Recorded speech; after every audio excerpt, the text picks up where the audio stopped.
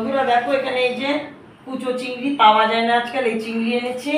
আর এখানে পোস্ত, পেঁয়াজ, সর্ষে, আদা এগুলো দিয়ে একটা পেস্ট করেছি। করে এই দেখো এটা দিয়ে মাখিয়ে নেব। আর একটু কাঁচা তেল দেব, দাঁড়াও এই যে কাঁচা তেল দিচ্ছি।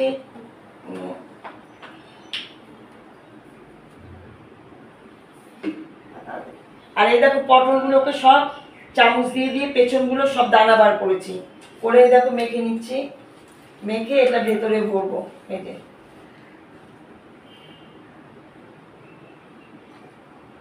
এই যে ভেতরে ভরে তেলে ভাজবো।